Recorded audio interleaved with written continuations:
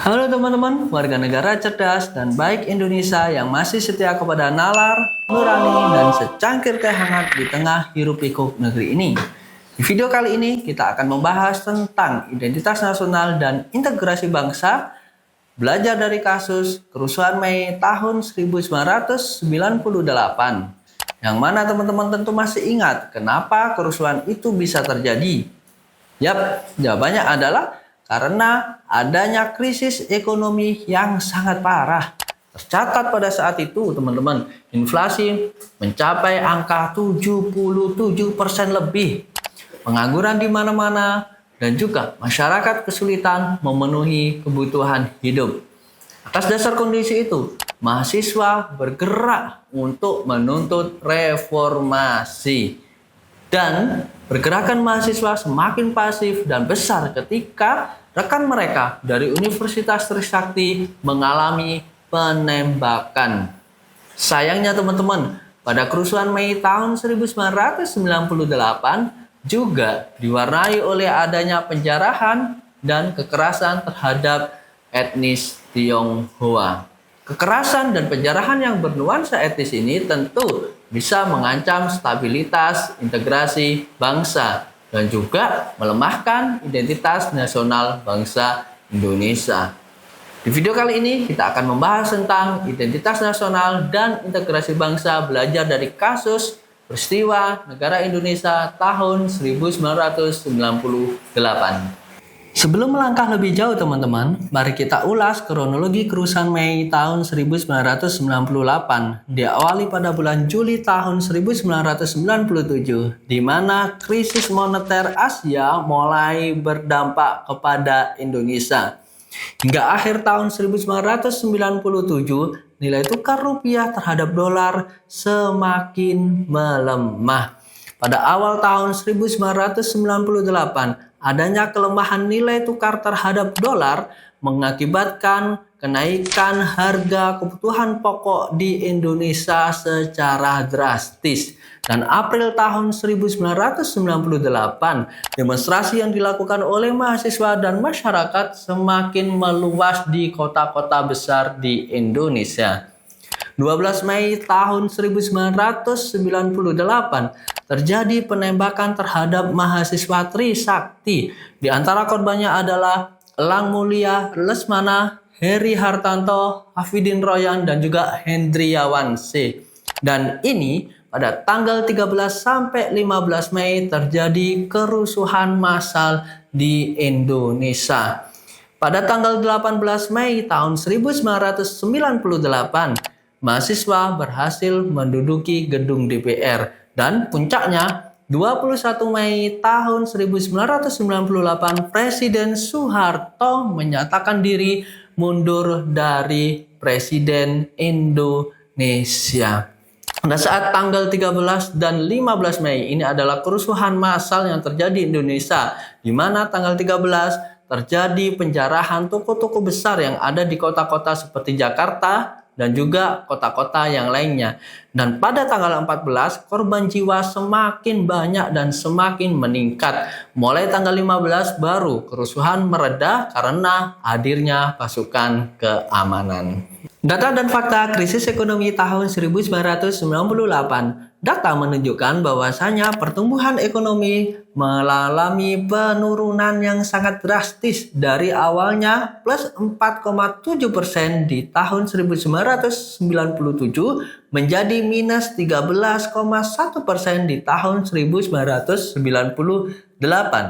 Kemudian teman-teman, inflasi yang awalnya 6,2% menjadi 77,6%. Bahkan ada data yang secara frontal menyebutkan menyampai 80%. Kemudian nilai tukar rupiah menjadi 16.000 per USD. Sangat miris bukan? Nah, krisis tahun 1998 ini bukan hanya data di atas kertas saja, melainkan juga efek domino yang menghancurkan daya beli masyarakat. Ya, bagaimana mau beli segala sesuatu mahal, kemudian nilai tukar rupiah kita anjlok. Nah, tentu ini juga menghadirkan tuntutan reformasi dari masyarakat yang secara besar-besaran karena dipicu ketidakpercayaan masyarakat terhadap pemerintah, distrust, dan juga ketidakpuasan masyarakat terhadap pemerintah atau dikenal dengan mass dissatisfaction. Peningkatan inflasi dan melemahnya nilai tukar rupiah memberikan dampak sosial ekonomi, di antaranya banyak perusahaan yang bangkrut, PHK massal, dan peningkatan kemiskinan. Selain itu, harga yang semakin melonjak dan krisis ekonomi yang semakin parah membuat masyarakat semakin kesulitan memenuhi kebutuhan pokok. Terjadi kelangkaan bahan makanan yang ada di lapangan yang justru semakin meningkatkan ketidakpuasan masyarakat terhadap pemerintah. Ingat dalilnya, ketika kebutuhan dasar terganggu, maka stabilitas sosial semakin melemah. Berkaitan dengan PHK massal, dijelaskan dalam beberapa data jurnal, pada saat itu terjadi pengangguran massal yang awalnya 4,7 juta pengangguran menjadi 8,1 juta pengangguran di tahun 1998. 2 kali lipatnya. Pengangguran massal ini tentu menjadi ancaman pada saat itu. Kenapa? Semakin banyak pengangguran massal justru semakin memperbesar potensi konflik sosial di masyarakat. Menurut data Semeru Research Institute, krisis bukan hanya menciptakan pengangguran baru, tetapi juga menurunkan upah real hingga mencapai 30%. Ini semakin meningkatkan tingkat kemiskinan di Indonesia pada saat itu. Tercatat yang awalnya 11% menjadi 19,9% tingkat kemiskinan hanya dalam 1 tahun. Hadirnya pengangguran baru secara massal justru semakin meningkatkan mass dissatisfaction masyarakat terhadap pemerintah, yaitu ketidakpuasan masyarakat terhadap pemerintah. Yang ini menjadi motor penggerak gerakan reformasi dan juga konflik horizontal. Pengangguran yang paling terdampak berada pada sektor manufaktur dan juga sektor konstruksi di Pulau Jawa. Oleh karena itu, kerusuhan massa banyak terjadi di kota-kota besar seperti Jakarta, Solo, Medan daripada di pedesaan. Pengangguran baru yang dari kota biasanya akan beralih ke pedagang kaki lima atau pergi ke desa untuk bertani. Hal ini biasa disebut dengan urban to rural migration. Namun sayangnya, sektor pertanian di desa cukup terbatas sehingga ketegangan pun masih tetap tinggi. Apa korelasinya dengan konflik? Jika kita lihat berdasarkan literatur sosiologi, hal seperti ini disebut dengan relative deprivation, di mana masyarakat secara mendadak merasa kehilangan kesejahteraan yang secara historis ini menjadi pemicu kerusuhan massa.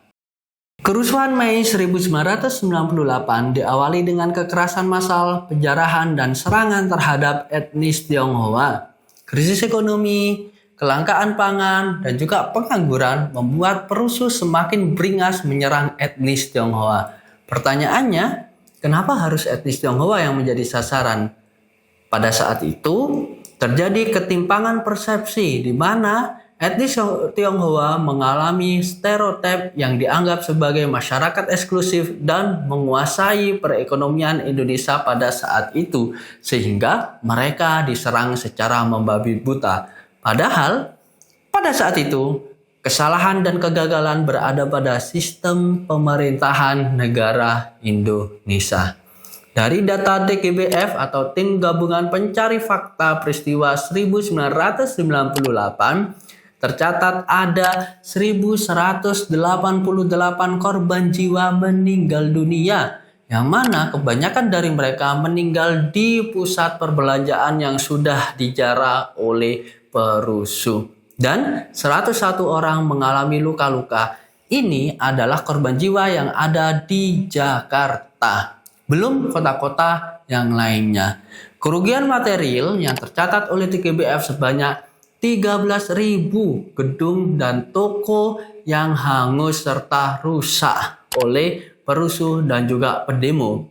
Termasuk ribuan mobil hangus terbakar tidak tersisa. Yang paling miris adalah adanya kekerasan seksual terhadap wanita yang dari data yang saya dapat berdasarkan hasil TGPF sebanyak 52 kasus pemerkosaan terhadap wanita yang mana mayoritas adalah etnis Tionghoa.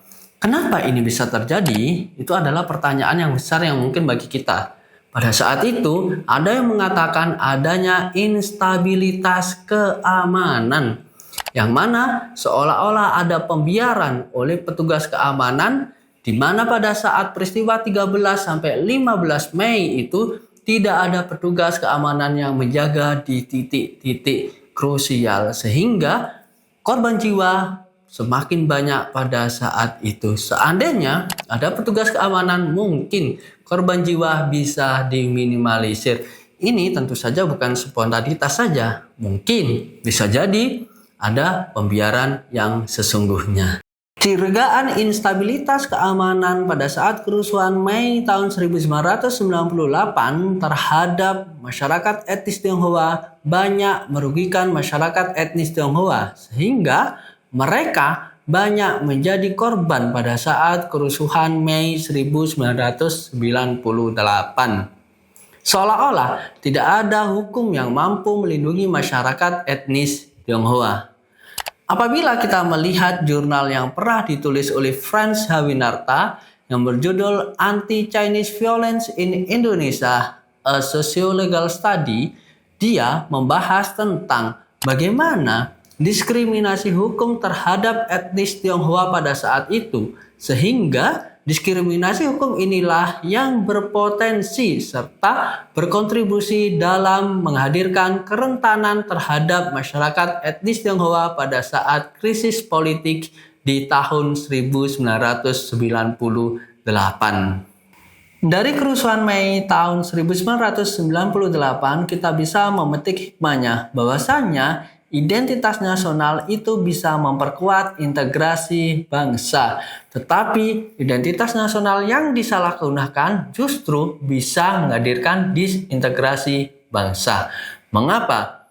Pada saat kerusuhan Mei tahun 1998, hadir suatu kelompok identitas tertentu yang berkelompok sesuai dengan identitas mereka masing-masing. Berdasarkan etnis, berdasarkan ekonomi, dan juga berdasarkan status sosial. Sayangnya, kelompok-kelompok tersebut saling membenturkan diri dengan identitas-identitas kelompok yang lainnya. Pertanyaannya adalah, bagaimana identitas kelompok ini bisa mengancam disintegrasi bangsa? Itu tadi teman-teman, ketika pengelompokan itu saling berbenturan satu dengan yang lainnya, di mana ini bisa menghadirkan resiko besar terhadap disintegrasi bangsa. Yang tercipta adalah fragmentasi sosial, kohesi sosial, dan juga permasalahan yang lainnya. Oleh karena itu, mari kita rawat bangsa Indonesia kita dengan tetap menjaga identitas kita tanpa menjelek-jelekkan identitas masyarakat yang lainnya. Identitas itu bukan hanya tentang ras, etnis, suku, ekonomi, ataupun sosial, tetapi banyak sekali identitas-identitas nasional bangsa Indonesia. Di antaranya adalah Bhinneka Tunggal Ika. Bukankah Bhinneka Tunggal Ika adalah semboyan kita? Berbeda-beda namun tetap satu jua. Kita tetap bersatu di dalam banyak perbedaan. Selain itu, identitas nasional juga pun tertuang di dalam Undang-Undang Nomor 24 Tahun 2009 tentang bendera, bahasa, dan lambang negara serta lagu kebangsaan. Identitas nasional merupakan jati diri bangsa Indonesia yang tercermin ke dalam nilai-nilai Pancasila, semangat Bhinneka Tunggal Ika, bahasa persatuan, serta kesadaran sebagai satu bangsa. Identitas ini menjadi landasan utama yang menyatukan keberagaman suku, agama, ras, dan budaya di Indonesia. Sedangkan integrasi nasional adalah proses penyatuan seluruh unsur bangsa dalam satu kesatuan negara Republik Indonesia. Integrasi nasional tidak secara otomatis, tapi harus terus dipelihara melalui solidaritas sosial, keadilan, dan rasa kebangsaan yang kuat. Studi kasus kerusuhan Mei 1998 menunjukkan bahwa ketika krisis ekonomi dan politik terjadi, identitas nasional dapat melemah dan integrasi nasional dapat terganggu. Ketidakstabilan ekonomi, meningkatnya pengangguran, serta ketidakpuasan sosial dapat memicu konflik yang memperkuat identitas kelompok dibandingkan identitas kebangsaan. Namun, peristiwa tersebut juga memberikan pelajaran penting bahwa identitas nasional dan integrasi nasional merupakan kekuatan utama yang memungkinkan bangsa Indonesia tetap bertahan dan bangkit dari krisis. Reformasi yang lahir setelah peristiwa tersebut menjadi bukti bahwa persatuan bangsa mampu dipulihkan melalui perubahan sistem dan penguatan nilai-nilai demokrasi. Dengan demikian, dapat disimpulkan bahwa identitas nasional dan integrasi nasional adalah fondasi utama kekuatan bangsa Indonesia. Keduanya berfungsi sebagai perekat sosial yang menjaga keutuhan negara terutama dalam menghadapi tantangan krisis, konflik, maupun perubahan zaman. Berkaca dari kasus kerusuhan Mei tahun 1998, kita bisa menyimpulkan bahwasanya identitas nasional dan integrasi nasional atau bangsa adalah fondasi utama kekuatan bangsa Indonesia. Identitas nasional dan juga integrasi nasional ataupun bangsa menjadi perekat sosial dalam menjaga keutuhan bangsa, menghadapi krisis serta konflik dan perubahan zaman. Oleh karena itu teman-teman, mari kita jaga identitas nasional kita dan memperkuat integrasi nasional ataupun bangsa kita. Terima kasih, sampai berjumpa kembali